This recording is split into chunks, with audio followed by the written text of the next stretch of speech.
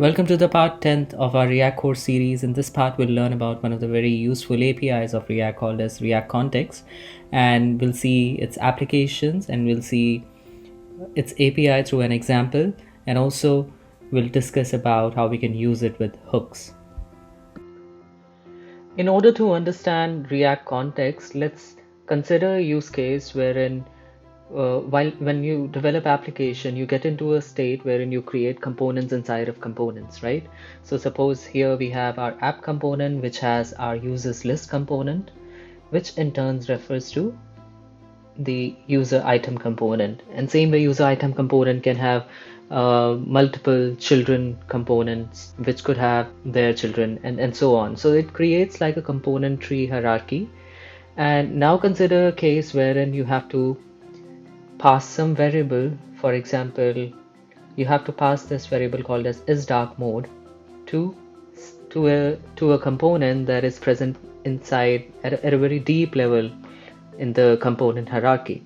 So it will be really difficult to do that because you'll have to pass the isDarkMode property first to the user list component here, and then to the user item component, and let's say to like the 10th level of internal hierarchy. It will be really difficult to pass that thing. And also consider a use case wherein you have to share the data among the sibling components which are at the same hierarchy level. So it will be really difficult. So this is where the React Context API helps a lot. It's a very useful API wherein you have to pass data or share data across various components. Doesn't matter at which hierarchy level they are present. So we'll see how we can implement that. The API is really simple.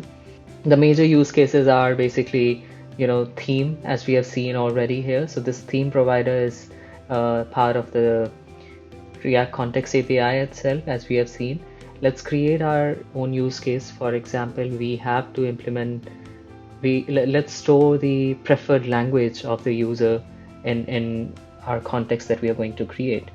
So let me just create a file here as language context.js, and inside here I'll just import React from React, and I'll create the context language context equals to react.create context.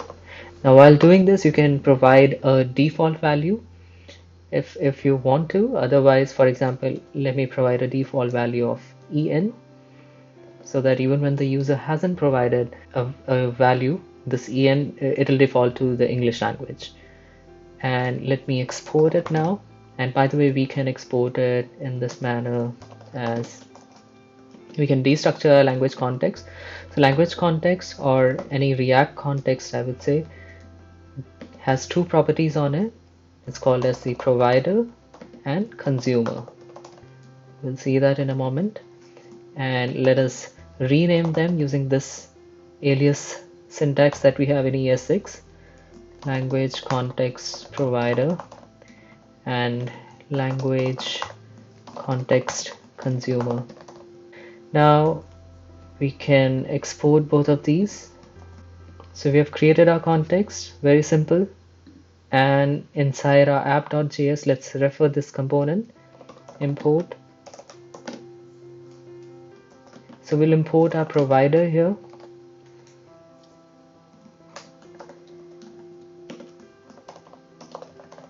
So provider is something that we need to provide a value to. So for example, in order to access the value down the component hierarchy, you need to set the value first. So you can choose a certain level where you want that particular value to be shared across the components. So for example, right now we want this language value to be shared across our whole application. So app.js will be the right place to do that. And inside or outside theme provider, you can set another provider, and it's language context provider. And let me wrap our section, wrap our whole application inside it. And here I can provide a value. Now if I don't provide a value, that's fine. It will be en as a default. But suppose in order to be explicit, I provide en here. And now at any level, at any component in my application, I can go and use this en value. Doesn't and I don't need to pass it across my whole component. So for example, if I wasn't using a context, React context, I would have to do something like this: user list, and create a property on user list component as in selected language or something, and I'll have to pass this lang property that's present inside the scope of this component. And same way, I'll have to define this property on each and every component which are present in that path of the component hierarchy chain. So all this is eliminated due to the benefit of this context. Now we have seen the first half of the provider, first half of the React context. Let's look at the second half. So we have provided the value. Let's see how we can consume this value. Now in order to consume this value, I'll go to my deep nested component, which is the user item component is the deep nested component in our case, in our application. So I'll just go here and I'll import something called as react.useContext, which I can destructure here, and it's a very handy hook provided by React use context. Now here I have to provide the context variable of our language context. Now our language context is exporting these named exports as provider and consumer, but let's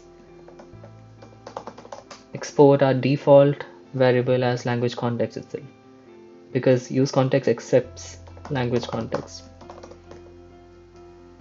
So it gets imported here automatically, and in return we get the value of what we provided in the what is stored in that context. So if we had provided a value through the provider inside our app.js, it'll be taken from there, or else the default value will be taken. So let's say lang, I'll store it in lang. And now using this, I can now apply checks. I can perform anything based on this variable. So for example, like we don't have a use case to use this, but say let's just put it like this: en, if it is, sorry, lang is en, then say hello, and if it is something else, let's say considering if it's Spanish, then let's say hola. So let me save it and see whether it's working or not. Yep, so we are getting hello here because the value that we passed was en, and now if I pass, let's say es for Espanol, it returns hola, right? And let's confirm the default value functionality. If I don't pass the value in the provider, it should return me hello in this case. It doesn't work because here we are specifying the provider and we are passing an intrinsic value as value undefined. So in order to check that, let's console log the lang here and see what gets printed out. So you see we get 30 times undefined printed here, which is why this falsy condition is being printed, which is hola. So in order to fix this, in order to use the default value of the context that we just defined, we don't need to provide the provider in the first place. We can directly consume the value, the default value that's there.